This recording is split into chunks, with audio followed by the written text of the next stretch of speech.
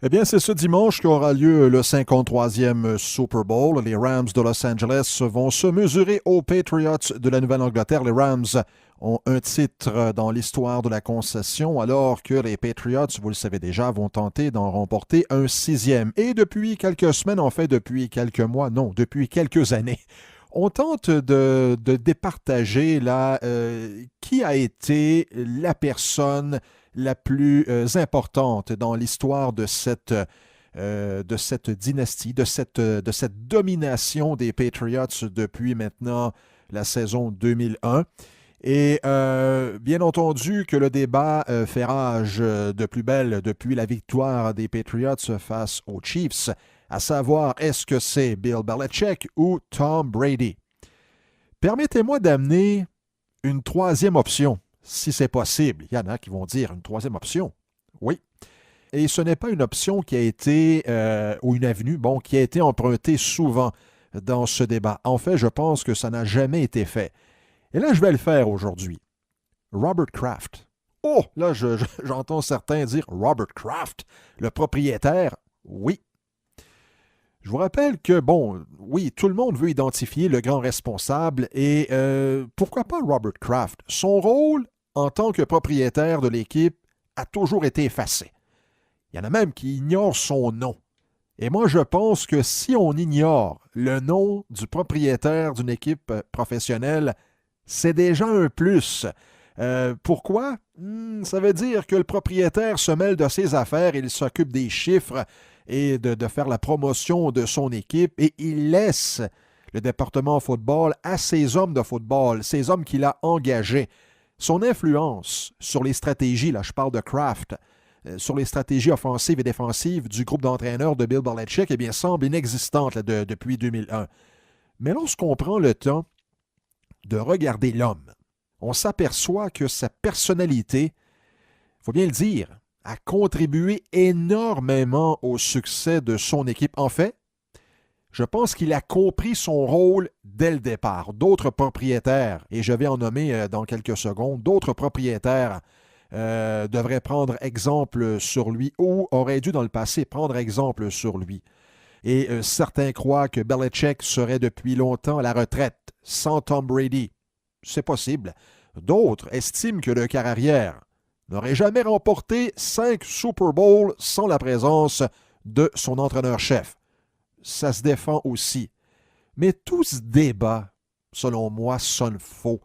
Il faut aller à l'échelon supérieur. Il faut aller au-delà des performances sur le terrain, au-delà des stratégies préparées dans les bureaux des entraîneurs. Il faut aller à la tête dirigeante de l'équipe. Là, pour moi, le grand responsable doit être Robert Kraft, car il a le dernier mot sur à peu près tout.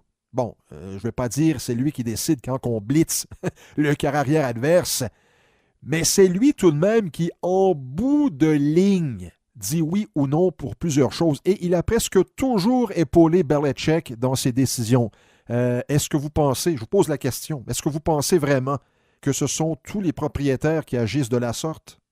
Les propriétaires qui veulent jouer là aux entraîneurs-chefs qui font de l'ingérence sont nombreux. Il y en a eu plusieurs dans le passé et il y en a encore présentement. Laissez-moi vous donner un exemple qui illustre, selon moi, l'importance de Robert Kraft dans les succès de l'équipe. Parmi ces propriétaires là, qui se mêlent des opérations football, Jerry Jones. On le connaît tous, Jerry Jones, le propriétaire des Cowboys de Dallas. Jones était, sur papier, le directeur général des Cowboys à l'époque où Jimmy Johnson était entraîneur-chef. Mais c'est bel et bien Jimmy Johnson qui contrôlait les opérations sur le terrain, les mouvements de joueurs et d'entraîneurs et le repêchage. Je vous rappelle que Johnson arrivait de l'Université Miami et connaissait très bien les joueurs universitaires. Et le départ de Johnson, qui est extrêmement aimé de ses joueurs, et ça c'était le 28 mars 1994, s'explique par le fait, entre autres, que Jerry Jones voulait prendre de la place. Et Jerry Jones, le propriétaire, voulait démontrer à la planète football que Jerry Jones, le directeur général, pouvait faire aussi bien, sinon mieux que Johnson. Alors les Cowboys venaient de remporter un second Super Bowl. Ça allait très bien, un second Super Bowl de suite. L'équipe avait la meilleure défensive de la Ligue, l'une des attaques les plus redoutables. Beaucoup de jeunesse, c'était très fringant du côté des Cowboys. Et le flair de Johnson avait permis d'amasser une impressionnante banque là, de jeunes joueurs via le repêchage. Mais l'ego de Jerry Jones, selon moi, a tout chambardé. Il avait déclaré aux médias que 500 entraîneurs-chefs auraient pu remporter le Super Bowl en 1994. Et ça, bien sûr, des proches de Jimmy Johnson qui ont confirmé quelques années plus tard que Johnson n'avait pas aimé ça et que c'est en raison notamment de cette déclaration qu'il a dit « Moi, je quitte ». Et dans une entrevue à KTCK AM 1310 à Dallas, ça c'était en 2016, Jerry Jones avait déclaré ceci et je le cite « J'ai perdu patience pour beaucoup de choses dans ma vie. Sans doute, j'aurais dû avoir un peu plus de tolérance avec Jimmy Johnson. » Alors, ça vous montre un peu à quel point que Jerry Jones, à cause de cette attitude-là, selon moi, a causé la perte des Cowboys. Oui, les Cowboys ont remporté le Super Bowl avec Barry Switzer 2 ans plus tard. Mais ce n'était plus la même équipe, ce n'était plus l'équipe aussi dominante qu'elle avait été avec Jimmy Johnson. Et je vous rappelle qu'à partir de ce triomphe au Super Bowl, par la suite, je crois que c'est 4 victoires éliminatoires en près de 25 ans pour Dallas. Alors, Jerry Jones a été probablement la raison principale des difficultés des Cowboys par la suite. Tout était en place pour, est-ce qu'on peut dire dynastie?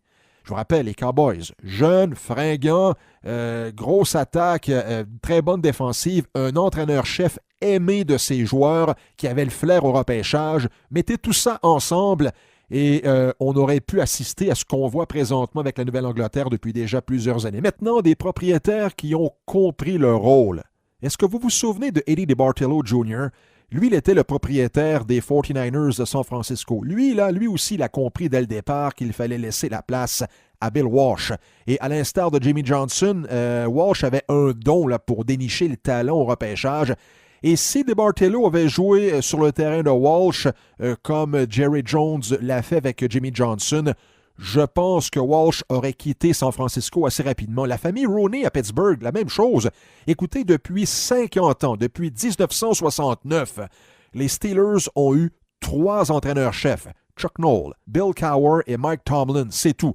Alors ça, je pense que c'est la preuve qu'à Pittsburgh, on s'occupe du management dans les bureaux et on laisse le produit football au directeur général et surtout à Mike Tomlin là, sur le terrain. Et je vais terminer avec ceci. Vous pouvez être en désaccord et donner tout le crédit à Bill Belichick.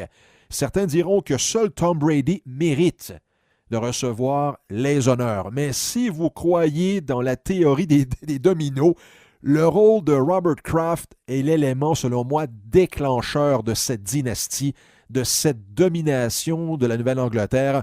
Et je vous pose la question, qu'est-ce qui serait arrivé si Kraft avait eu la personnalité de Jerry Jones?